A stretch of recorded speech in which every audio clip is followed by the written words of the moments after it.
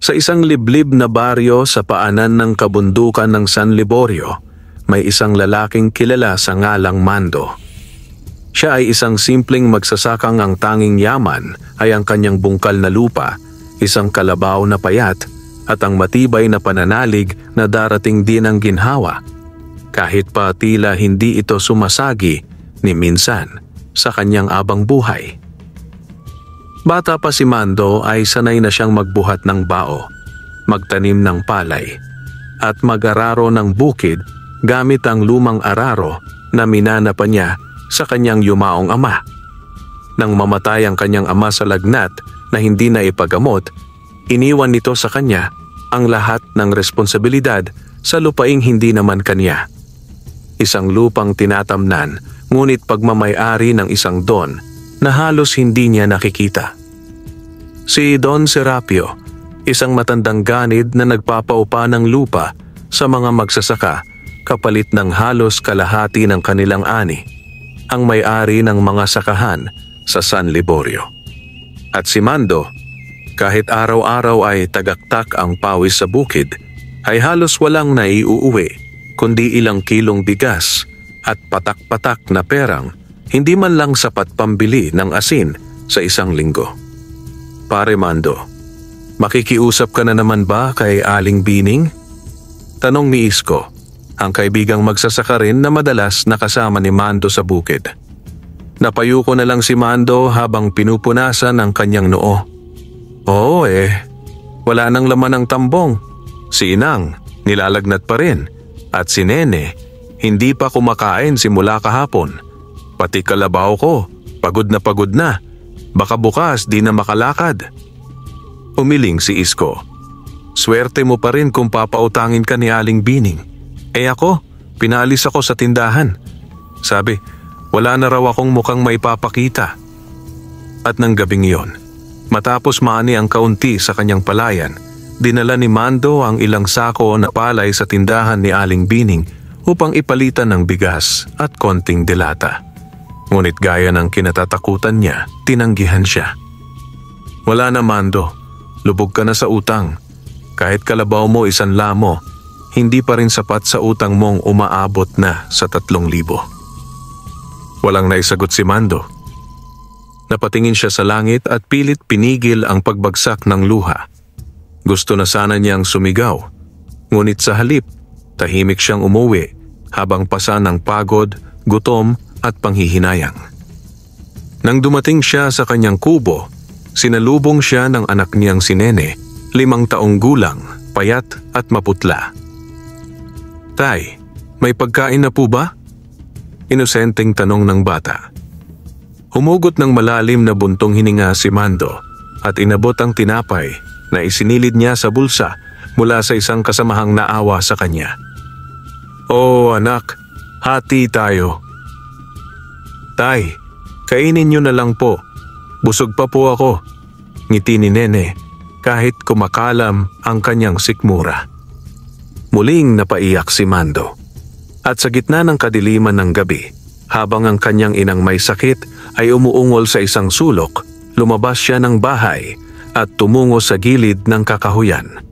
Doon siya lumuhod sa harap ng isang lumang punso na sinasabing tahanan ng mga nilalang na hindi nakikita.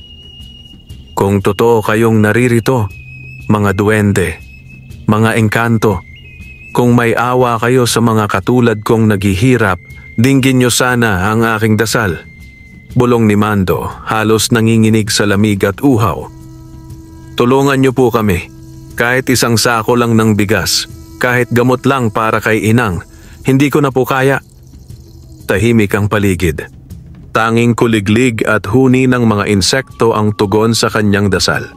Napayuko si Mando at tumulo na lang ang luha sa damo. Ngunit bago siya makabalik sa kubo, isang malamig na hangin ang biglang humaplos sa kanyang batok. Napalingon siya. Sa ibabaw ng punso may munting liwanag. Tila isang kumpol ng alikabok na nagliliwanag. At mula sa liwanag, unti-unting lumitaw ang isang matandang duwende, maliit, nakaputing baro, may mahabang balbas at mabait ang mukha. Hindi lahat ng tumatawag ay pinakikinggan. wika ng matandang duwende. Ngunit ikaw, Mando, matagal ka na naming tinitingnan. Nagulat si Mando, hindi makapagsalita. Napaluhod siya ulit sa harapan ng nilalang. Tumayo ka, iho, mahinahong sabi ng duwende. Hindi kami ang dapat mong sambahin, ngunit narito kami upang tumulong sa marunong magtiis, sa marunong magmahal. At mula sa kanyang bulsa, inilabas ng duwende ang isang maliit na sisidlang puti, tila gawa sa baon ng niyog. Inabot niya ito kay Mando. Sa umaga, ibuhos mo ito sa paanan ng palay mo. Sa loob ng 7 araw, tingnan mo kung anong mangyayari. Ano po ito? Tanong ni Mando, nanginginig.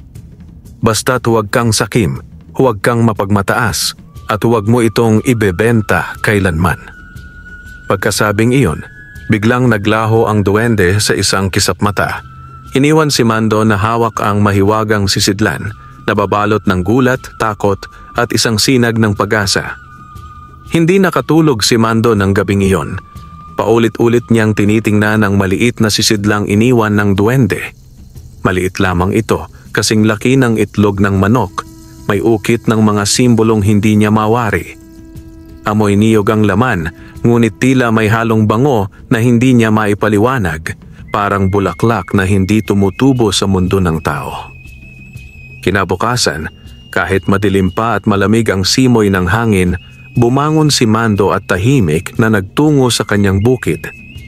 Dala ang mahiwagang sisidlan, lumuhod siya sa unang hilera ng kanyang palayan at dahan-dahang ibinuhos ang nilalaman sa mismong paanan ng mga uhay na halos lantana sa tagtuyot. Parang may mainit na hangin na dumausdos mula sa kanyang batok. Napatingin siya sa kalangitan, ngunit walang araw. Mapula ang ulap, tila nagbabanta ng ulan. Nang matapos niya ang pagbuhos, tumayo siya, humugot ng buntong hininga at muling tinitigan ng kanyang lupaing tuyot, basag at pagod na. Kung totoo ka ngang mahiwaga, tulungan mo kaming mabuhay. Bulong ni Mando bago siya umuwi. Sa sumunod na mga araw, hindi na niya gaanong ininda ang pagod. Araw-araw, binibisita niya ang kanyang palayan at nagdarasal sa tabi ng punso. Ang kanyang inang may sakit ay unti-unting nakaramdam ng ginhawa kahit wala silang gamot. Si Nene, kahit hindi pa busog, ay naging mas masigla at masaya. Wala pa ring makain ng sapat pero tila may gumagaan sa bawat araw. Pagdating ng 7 araw, bumalik si Mando sa kanyang palayan, dala ang panggapas. Inakala niyang walang mangyayari. Ngunit sa kanyang paglapit, hindi siya makapaniwala sa kanyang nakita. Ang palay niyang halos lantana ay biglang tumindig, luntian at makakapal. Mula sa isang sakong inaasahang ani, tila higit sa 5 sako ang maaaring mapitas. Ang mga uhay ay ginintuan, hindi kulay ginto bilang metal, kundi parang sinag ng araw ang kinang. Diyos ko! Bulong ni Mando, nanginginig sa tuwa. Napaluhod siya sa damuhan, napaiyak. Panginoon, maraming salamat. Mabilis siyang bumalik sa kubo. Inang! Nene! Halika kayo! Ang palay natin! Maging ang kanyang inang si Aling Deli ay napaluha nang makita ang ani. Mando, anak, ito'y himala, sabi ng matanda, hawak ang dibdib. Nagpatawag si Mando ng ilan pang kaibigang magsasaka para tumulong sa pag-aani. Si Isko, ang unang dumating, ay halos manginig sa pagkabigla. Pare, di ako makapaniwala, para kang binasbasan ng langit. Tahimik lang si Mando, ngunit sa puso niya ay alam niyang hindi lang basta langit. Ito'y dahil sa duwendeng tumugon sa kanyang panawagan. Pagkalipas ng 2 araw, natapos nila ang anihan.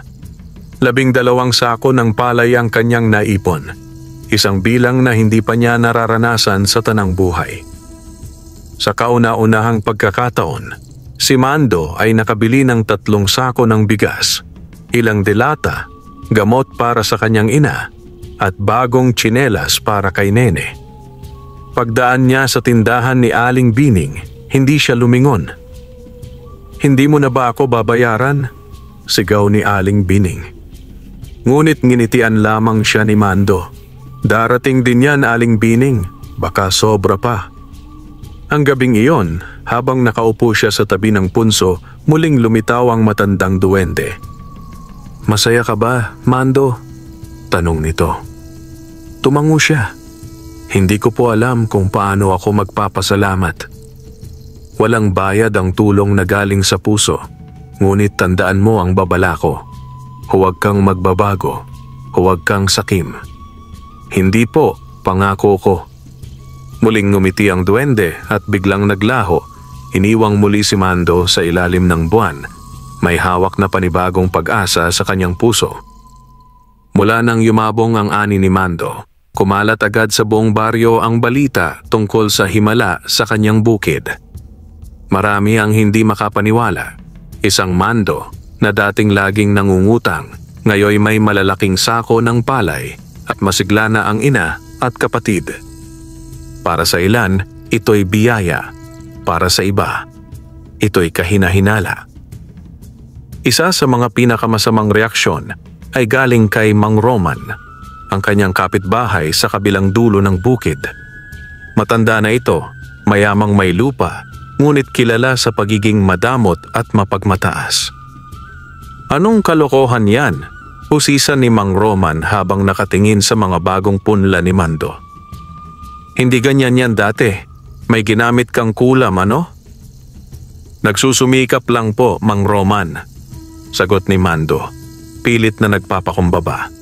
"Sus, huwag mo akong ginagago, Mando. Alam naming lahat na pulubi ka lang dati. Anong himala-himala? May ginagawa kang kababalaghan. Baka nakipagkasundo ka sa mga engkanto, mga duwende." Bulalas ni Roman, sabay dura sa lupa. Napayuko lang si Mando. Hindi niya kayang isumbat ang duwende sa punso. Sa totoo lang, ni sa sariling ina't kapatid ay hindi niya binanggit ang lihim. Kinabukasan, habang nagbubungkal siya ng lupa upang itanim muli ang binhi mula sa kanyang masaganang ani, naramdaman ni Mando na may gumagala sa kanyang paligid. Mga aninong mabilis dumadaan, mga yabag na tila hindi nababasa ng lupa.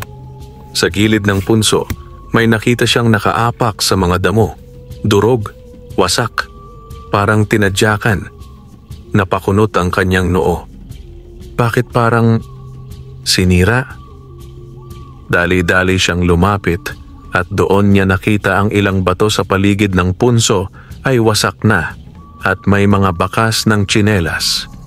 May naniras tirahan ng duwende. "Mando!" Isang mahinang tinig ang lumitaw mula sa hangin. Napalingon siya at sa dilim ng punso lumitaw ang maliit na anyo ng duwende. Ngunit ngayon ay lupaypay, tila sugatan. Ang kutis nitong dating kumikislap sa liwanag ng araw, ngayoy maputla, may mga galos sa muka. "Mando, ang punso, sinira nila." "Diyos ko, sino ang may gawa nito?" "Hindi ko alam. Ngunit may masamang amoy sa paligid. Inggit ang sanhi. At kapag nagpatuloy ito, mawawala ang basbas sa iyong bukid. At posibleng pati ang buhay mong natamasa." Mula noon, sinikap ni Mando na bantayan ang kanyang bukid gabi-gabi. Ngunit habang lumilipas ang mga araw, unti-unting nababawasan ang sigla ng kanyang mga halaman. Ang dating malusog na mga uhay, ngayon ay tila nanlalanta. May mga bakas din ng apak sa bukid tuwing umaga na parang may dumadaan kahit wala namang ibang lupaing malapit. Dumating ang isang gabing maulan. Habang nasa kanyang kubo at tinatakpan ng mga sako ng palay, narinig ni Mando ang isang pagsabog mula sa direksyon ng punso. Tumakbo siya agad, may dalang lampara, at nang makarating, halos mabitawan niya ito. Ang punso ay winasak na. Ang mga bato'y nagkadurog-durog. Ang gitnang bahagi ay may hukay at sa tabi nito ay may mga yapak ng bota, mabigat, malalim at may halong amoy na parang nasusunog na niyog.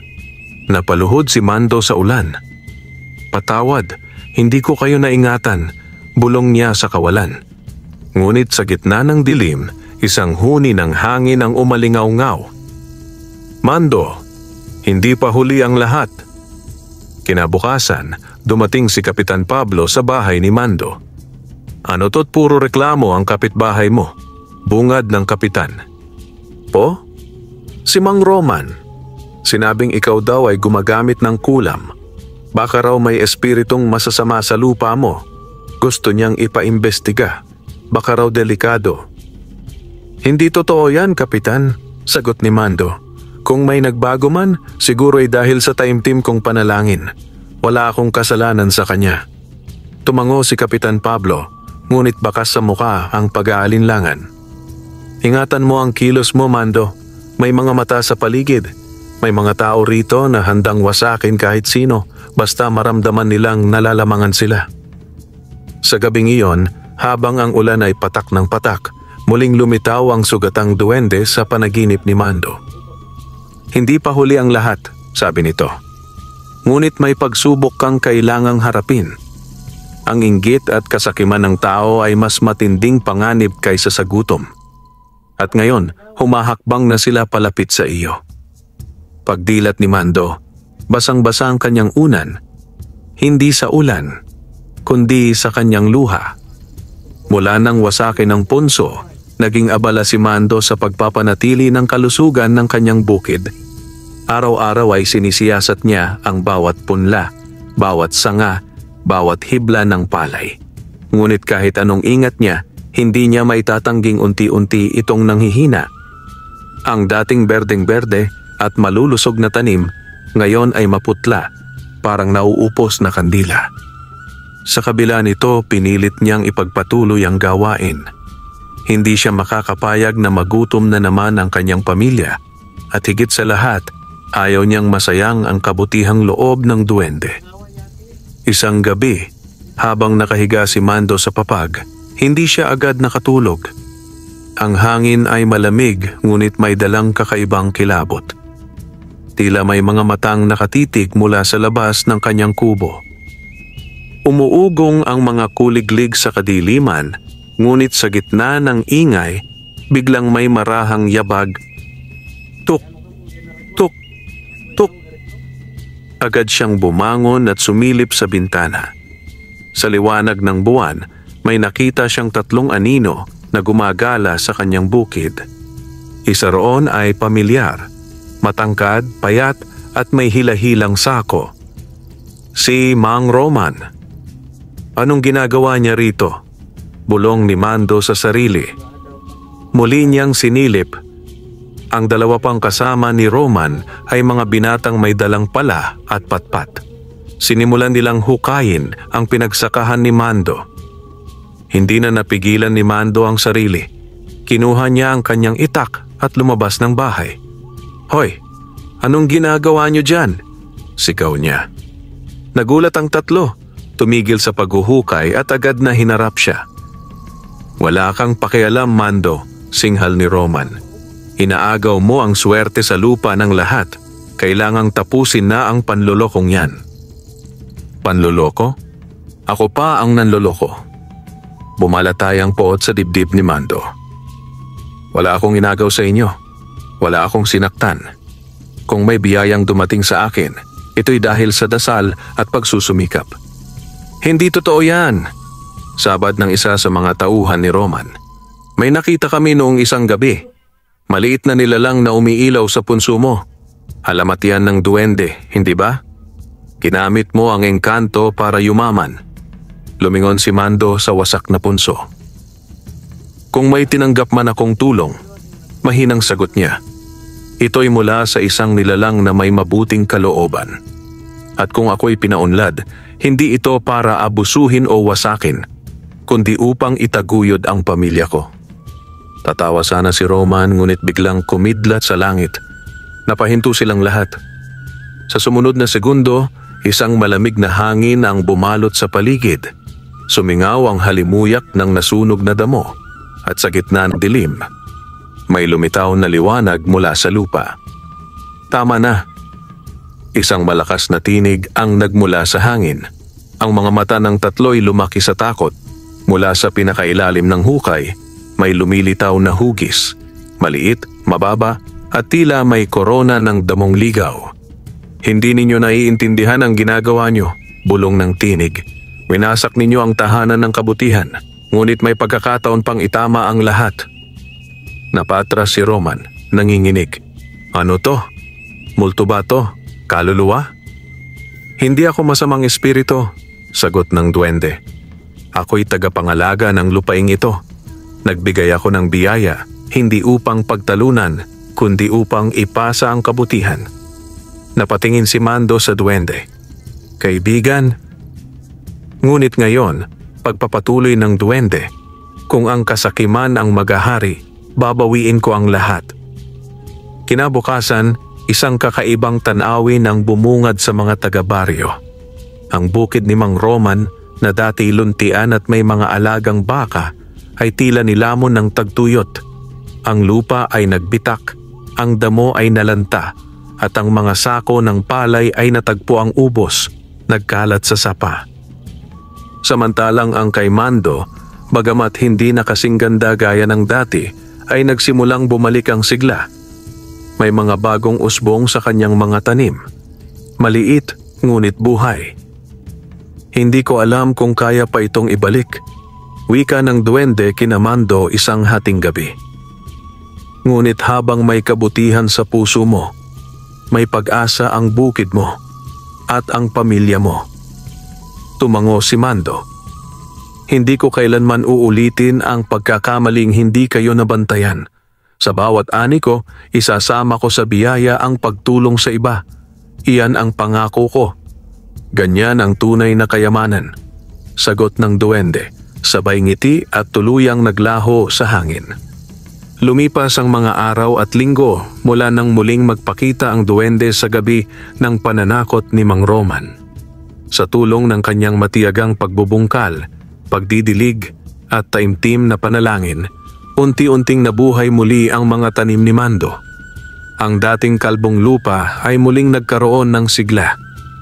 Bagaman hindi kasing bilis ng himala ng duwende ang paglago nito, ramdam niya ang pag-ikot ng biyaya sa likod ng kanyang pagpapakumbaba. Sa gitna ng kanyang pagtatrabaho, napansin niyang may mga batang madalas sumisilip sa kanyang bakod. Mga anak ito ng kanyang kapitbahay na dati nilalayuan siya dahil nga sa tsismis na may engkanto raw siyang kasama. Ngunit ngayon, ang mga ito'y nakangiti at nagpapahiwatig ng paghanga. Isang araw, nilapitan siya ng isa sa mga ito. Manong Mando, pwede po bang magtanong? Tumigil siya sa pagbubungkal. Oo naman, iha, ano yon? Yung mga tanim niyo po, ang lalaki po, wala naman po kayong pataba, di ba? Ngumiti si Mando. Walang pataba pero may dasal, sipag at malasakit. May duwende po ba talaga sa inyo? Tanong pa ng isa. Hindi agad sumagot si Mando. Tumingin siya sa langit, sa mga ulap na unti-unting umaangat at saka bumaling sa mga bata. Ang mahalaga, may gumagabay sa atin kapag malinis ang hangarin ng puso at hindi kailangang makita siya para maniwala. Nagsimulang dumami ang mga taong bumibisita sa bukid ni Mando. Una ay mga bata, sumunod ay ilang magulang na gustong magtanong kung anong buto ang ginagamit niya o kung anong diskarte ang ginagawa sa lupa. Ang ilan ay napapakamot ng ulot nagtatanong kung paano niya muling napasigla ang dating tuyot na taniman. Hindi niya binanggit ang tungkol sa duwende. Sa halip, tinuruan niya sila ng tamang agwat ng pagtatanim, ang kahalagahan ng compost mula sa mga tuyong dahon at ang pagdidilig sa tamang oras. Lahat ng nalalaman niya ay ibinahagi niya. Hindi niya ito ginagawa para magyabang. Bagkus, nais niyang ipasa ang natutunang leksyon. Ang biyaya ay lalong lumalago kapag ibinabahagi. Sa kalapit baryo, kumalat ang balita tungkol kay Mando. Isang alingaungaw ng pag-asa ang bumalot sa mga maralitang magsasaka na kahit gaano kahirap, may liwanag pa rin sa dulo ng dilim. Minsan, isang matandang babae mula sa kabilang bayan ang naglakad papunta sa bahay ni Mando. Bitbit niya ang isang maliit na basket ng uhay. "Pinuntahan kita, hiho, dahil narinig ko ang iyong kabutihan. Wala na akong anak at ako'y nalalapit na sa aking katapusan. Nais kong ipamana sa iyo ang maliit kong lupa sa dulo ng lambak. Hindi ito malawak, ngunit mataba ang lupa. Itanim mo roon ang mga punla mo. Alam kong magiging mabuti ang kamay mong hahawak sa lupa." Napatulala si Mando. Hindi niya kilala ang matanda. Ngunit nakita niya sa mga mata nito ang kabutihang puso, ang uri ng liwanag na madalas lamang masumpungan sa mga kwento. "Maraming salamat po, inay." Mahina niyang tugon. "Hindi ko ito sasayangin." Sa mga sumunod na buwan, lumawak ang lupang sinasaka ni Mando. May ilang kapitbahay ang nag-alok na ipasaka sa kanya ang kanilang mga bakanteng lote kapalit ng bahagi ng ani. Tinanggap ito ni Mando, ngunit tiniyak niyang may sapat ding makukuha ang bawat isa sa kanila. Naging patas siya, at higit sa lahat, nagsimulang lumitaw ang tunay na kayamanan sa puso ng kanyang komunidad: pagtutulungan. Ang dating madalas magchismis na si Aling Rosing ay naging tagabantay ng mga tanim tuwing tanghali.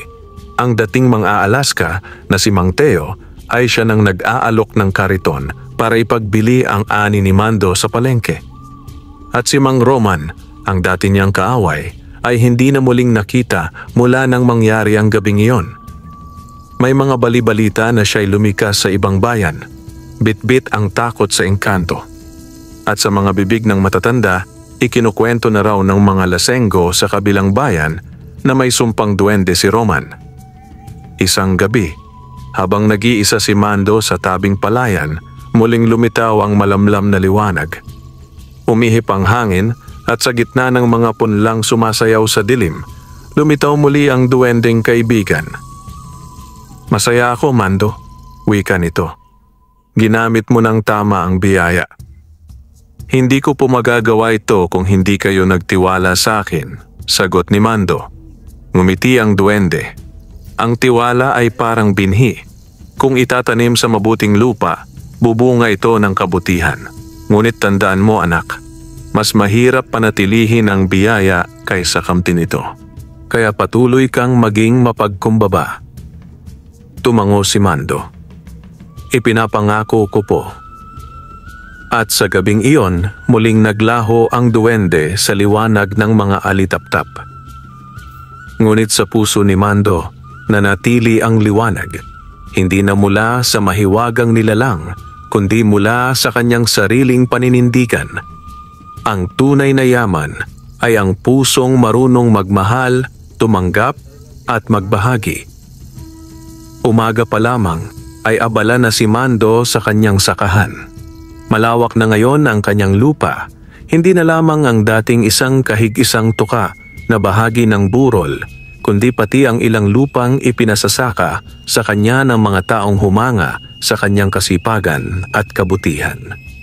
Ang dating bakanteng bakuran ay naging taniman ng sari-saring gulay, palay at bungang kahoy. Pati ang mga kalapit na bata ay may kanya-kanyang bahagi sa gawain. Ang ilan ay nagbubuhat ng tubig, ang iba naman ay nagpapakain sa mga manok at alagang kambing. "Parang piyesta araw-araw dito kay Mang Mando," wika ng isang matandang dumaraan. At totoo nga, sa bawat sulok ng sakahan ay may halakhak, may kwentuhan, at higit sa lahat, may pag-asa. Isang araw, habang nagsasagawa ng ani sa bahagi ng kanyang palayan, may natuklasan si Mando. Isa sa mga palay na kanyang naani ay may butil na tila kumikislap. Kinuha niya ito at tiningnan ng mabuti. Hindi ito basta gintong kulay ng hinog na palay. Ito ay literal na butil ng ginto. Napalunok siya. Anong klaseng ani ito? Muli siyang tumingin sa paligid. Baka sakaling may nanonood. Wala. Ngunit naramdaman niya ang kakaibang presensya, isang malamig na simoy ng hangin at ang mahinang pagdagundong ng lupa. Muling kumislot ang mga damo sa paligid at sa gilid ng kanyang paningin ay tila may anino ng maliit na nilalang na lumusot sa ilalim ng puno ng mangga. Duwende, bulong niya sa sarili. Sa mga sumunod na araw, sa bawat dakok ng palay, laging may isisingit na isa o dalawang butil na ginto. Hindi siya makapaniwala.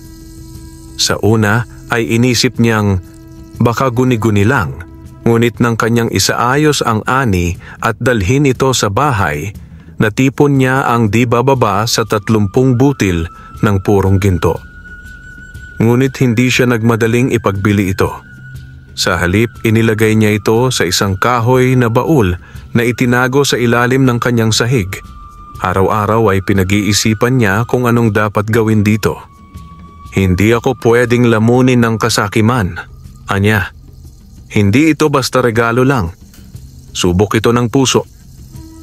Bumalik siya sa kanyang normal na gawain, pagsasaka, pagtuturo sa mga bata at pagtulong sa mga nangangailangan. Ngunit ang balita tungkol sa masaganang ani ay kumalat. May mga dayo mula sa ibang bayan na gustong makita ang kanyang taniman. May ilang nag-aalok na bilhin ang kanyang lupa sa mataas na halaga. Isa na rito si Don Eulogio, isang matandang negosyante na kilala sa buong probinsya bilang tagapangasiwa ng malalaking hasyenda. Isang hapon ay dumating si Don Eulogio sa bahay ni Mando.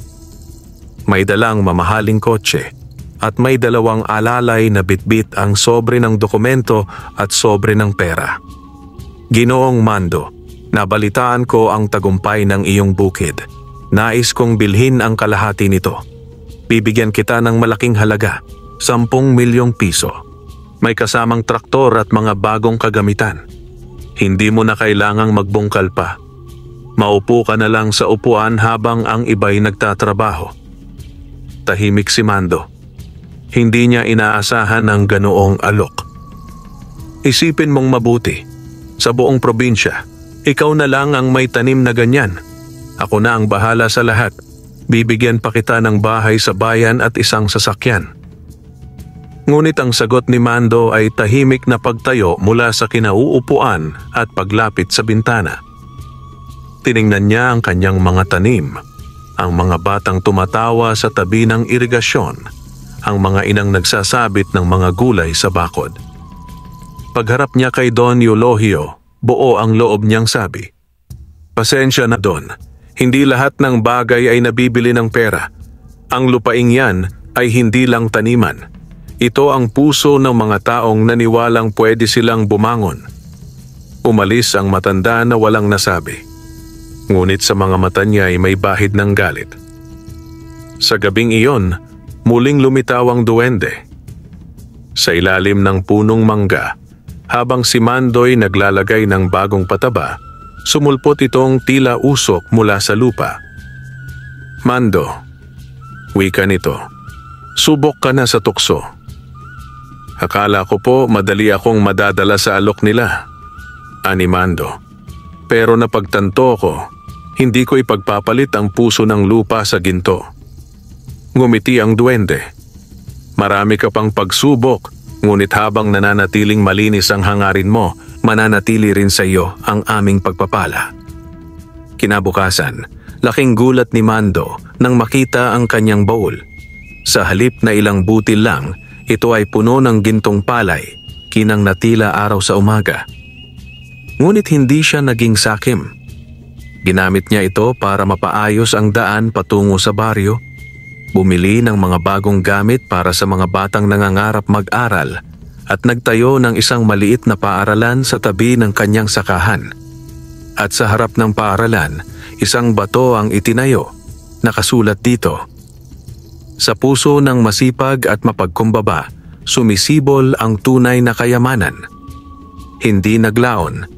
Napansin ng mga mayayamang may-ari ng lupain sa kalapit na baryo ang mabilis na pag-unlad ng sakahan ni Mando. Kung dati-rati ay pinagtatawanan lang nila ito bilang isang hamak na magsasakang laging namamalimos ng bigas at pataba, ngayon ay hindi na nila matanggihan ang katotohanang nalalampasan na sila nito sa ani, sa kabutihang loob at sa respeto ng tao. Isa sa mga unang nagpakita ng matinding galit ay si Don Feliciano, ang pinakamatandang hasyendero sa buong rehiyon. Kilala siya bilang sakim, maramot, at may-ari ng malawak na lupain na hindi pinapakinabangan ng mga magsasaka dahil sa kakulangan sa suporta at mataas na upa sa araro. "Hindi ako makapaniwala," sigaw niya habang pinagbabasag ang mga paso sa kanyang opisina. "Isang pulubing walang pinag-aralan ang nangingibabaw sa akin."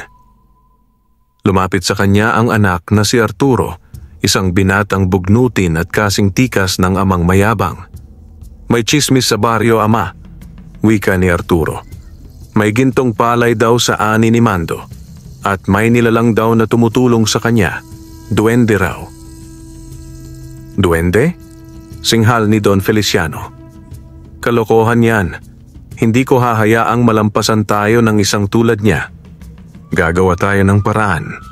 Simulan natin sa pagwasak sa kanyang pangalan." Kinabukasan, kumalat sa bayan ang mga tsismis na si Mando raw ay nakipagkasundo sa masamang espiritu para yumaman. May nagsasabing nakita raw siyang nagsusunog ng itim na kandila tuwing gabi. May nagsasabi rin na ang ginto raw niya ay galing sa hukay ng mga ninuno, kaya raw siya nilalapitan ng masamang espiritu. Hindi nagtagal, may mga paring lumapit kay Mando upang tanungin siya. "Mando," sabi ng kura paroko, "may mga kababayang nangangamba. Maaari ba naming malaman kung saan mo kinukuha ang iyong yaman?" Tahimik na tumango si Mando at sumagot, "Sa pawis ng aking noo at sa tulong ng kalikasan na dapat nating alagaan. Kung may mga bagay mang hindi nyo may paliwanag, hindi ibig sabihin ay masama na agad. Ang mahalaga ay ang puso ng gumagawa." Samantala, si Don Feliciano ay hindi pa rin tumitigil. Pinapunta niya ang ilang bayarang tao upang sirain ang irigasyon ni Mando sa gitna ng gabi. At isang madaling araw, nasunog ang isang bahagi ng bodega ng sakahan ni Mando. Ilang sako ng palay at binhi ang nadamay sa apoy. Nataranta ang mga tao sa baryo. May ilan pang nais na bumitaw na sa pagtulong kay Mando dahil sa takot na madamay. Ngunit hindi natinag si Mando.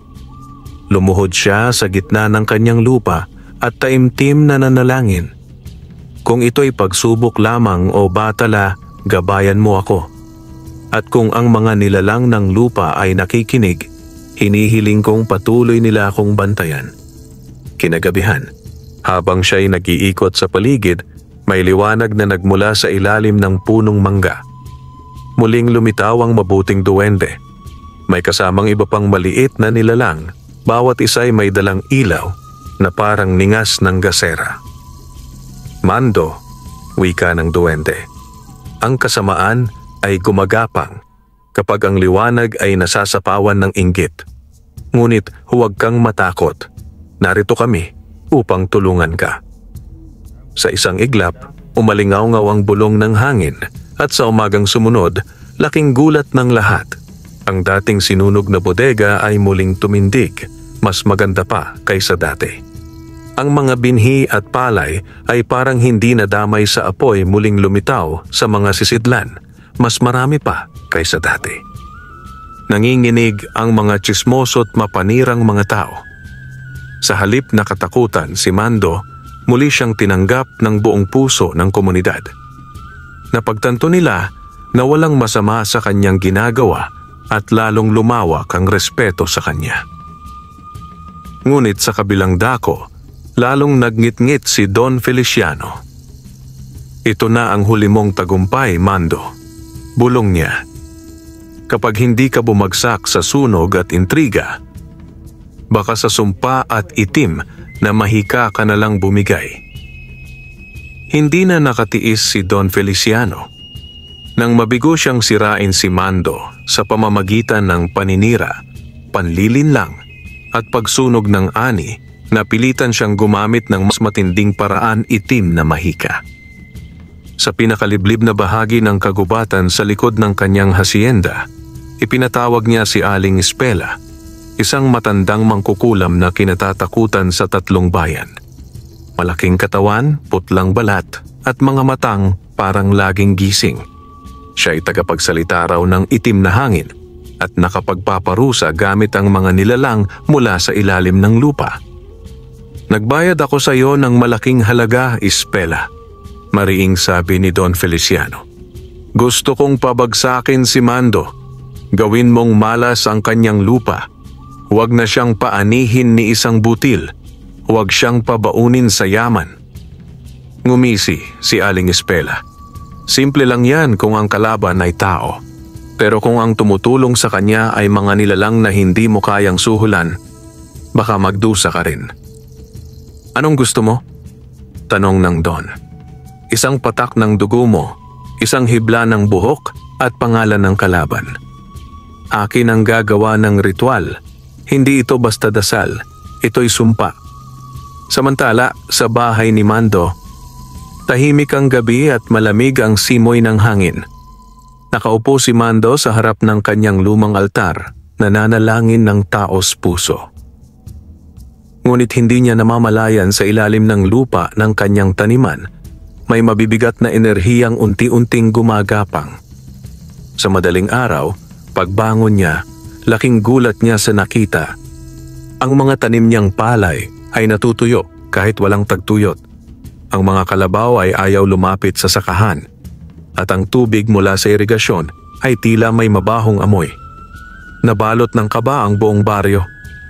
"May nangyayaring kakaiba, Mando," wika ng isa niyang kaibigang magsasaka. "Baka may isinumpa sa lupa mo."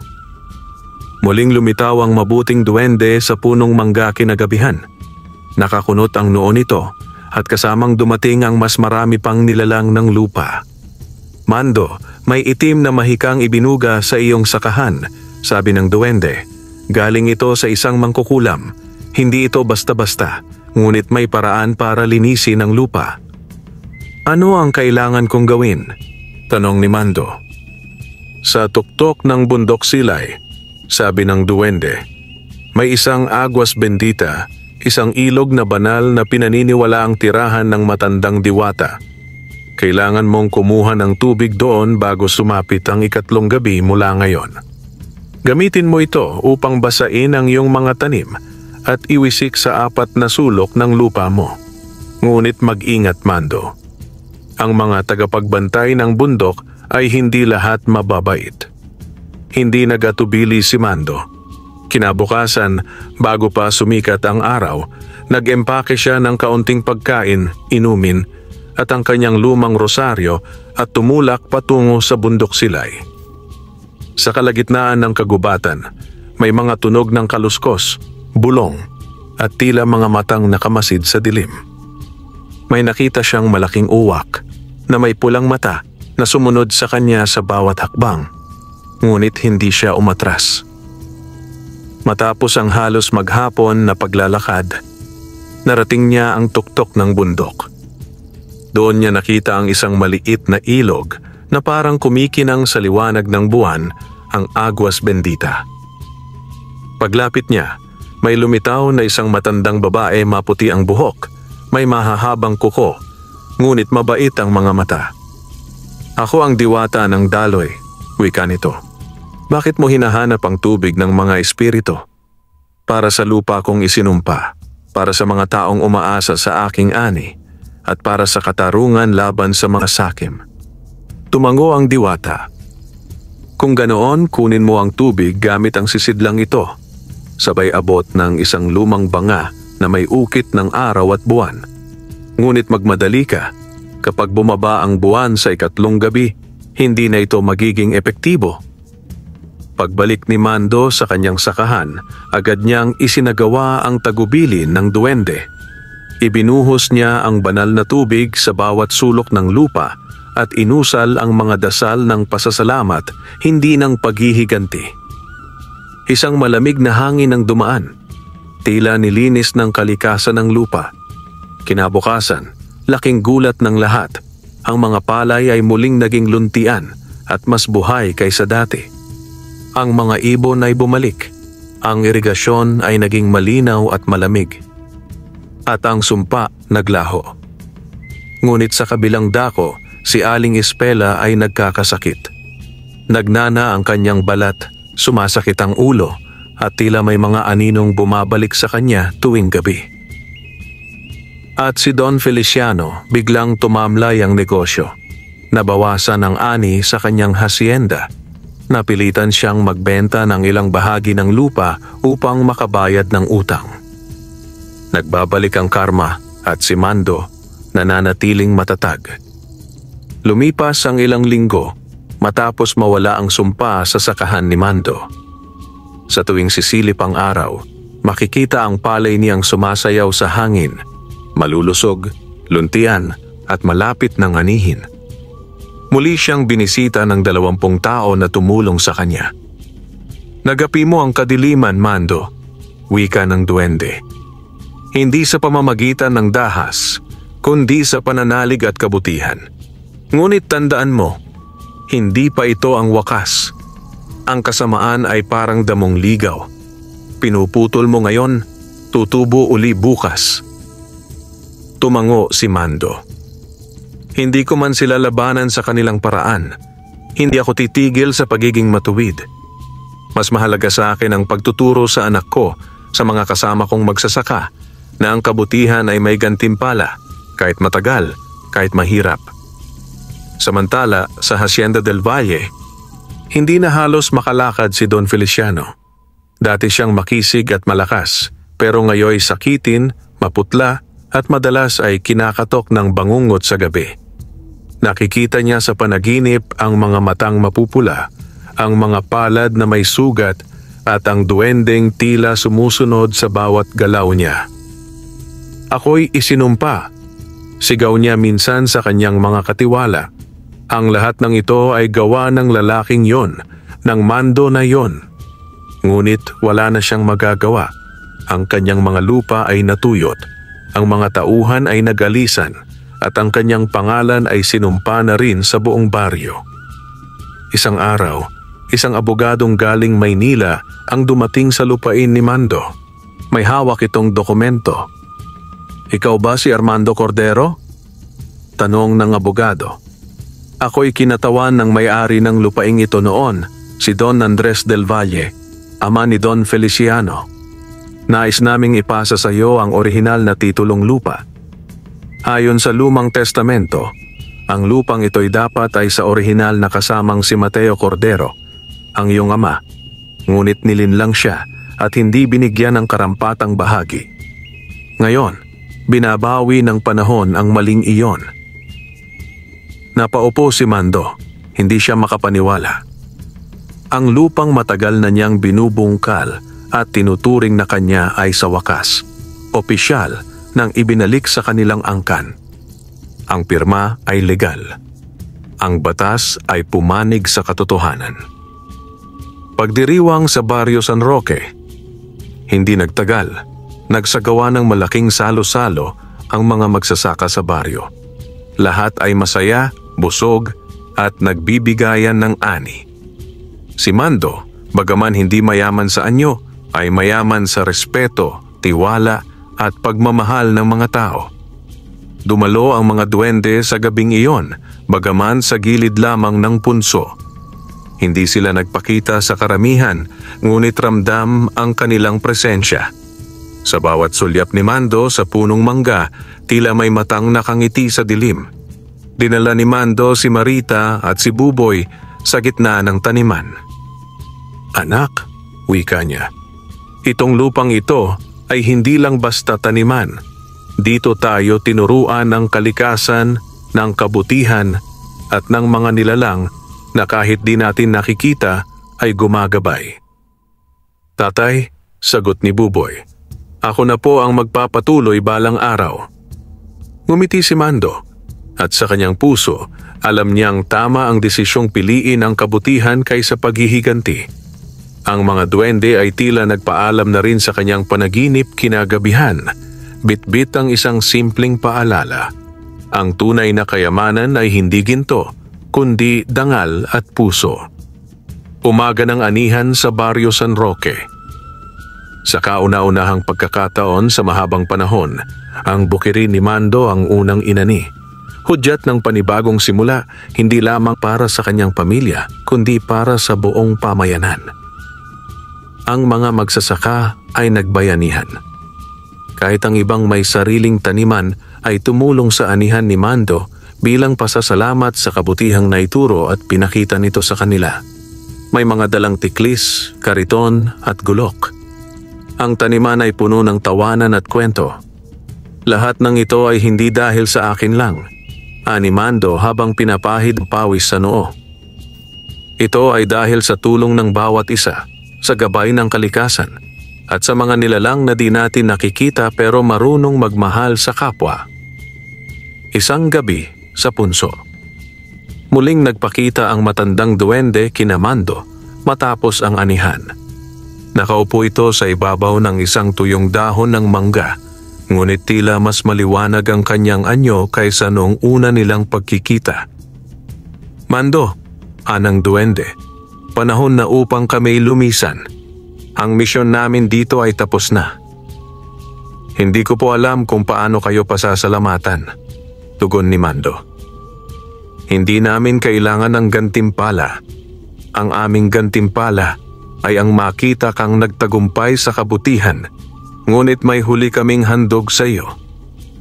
Inabot ng duwende ang isang maliit na kahoy na kahon, may ukit ng mga sinaunang simbolo. Sa loob niyan ay butil ng ginto, isang saknong ng palay na kapag itinanim mo, hindi kailanman mauubos. Ngunit gamitin mo ito hindi para yumaman lang, kundi para tumulong sa iba. Napaluha si Mando.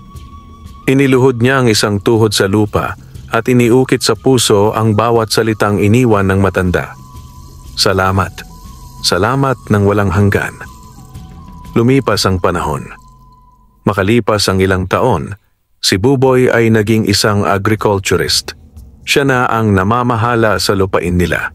Sa bawat tanim, sa bawat patak ng ulan at sikat ng araw, isinasabuhay niya ang mga aral ng kanyang ama.